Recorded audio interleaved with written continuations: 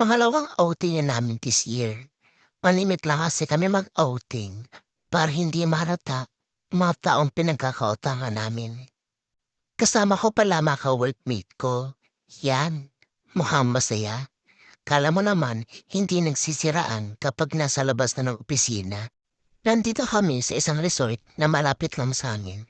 Hindi ko na sabihin ang pangalan ng resort, baka malaman nyo pa na yun lang ang kaya ng mga budget namin. O huwag na kayong magtanong kung bakit. Mga social climber kasi kami. Dapat mukha pa rin kaming mayaman sa social media kahit tagihikaos na.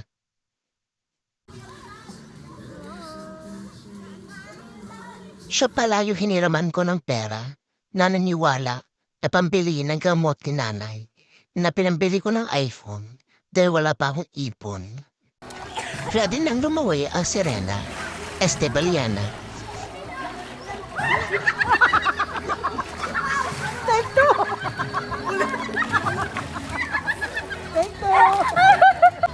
Take two. Wow, yun po yun na.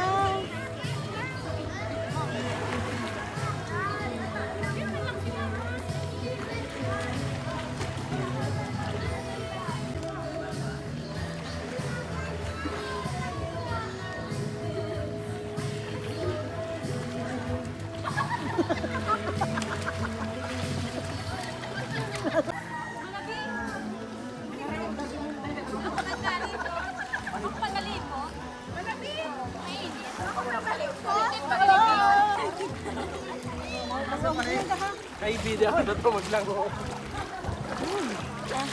Daraya. Baka masururay? Pares ko lang doon. Malaray. Di ako totoo. Ay, di ka man malangoy. Pares si Taray. Bigger din ako makalog sa aga pag nag-gel ako. Ba't may encode pa ako? Meron yung gatuin mo po. Ay, ako na lang paingkot sa akin. Diyan nga, nabibisa ko po naman. Maana ka, B. Tapos biglang batwa, B. Sige, sige. Hindi ko kung ano ka dali. Basta rin dyan. Kumaon na! Pag ako itong bangal.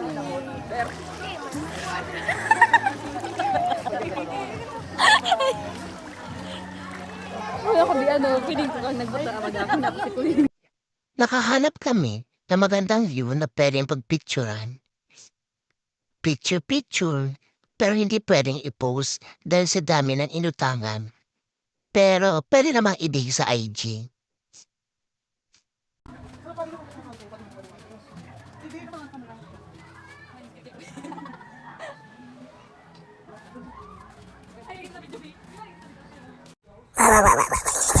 Actually, grupo po talaga kami ng mga nagtitinda.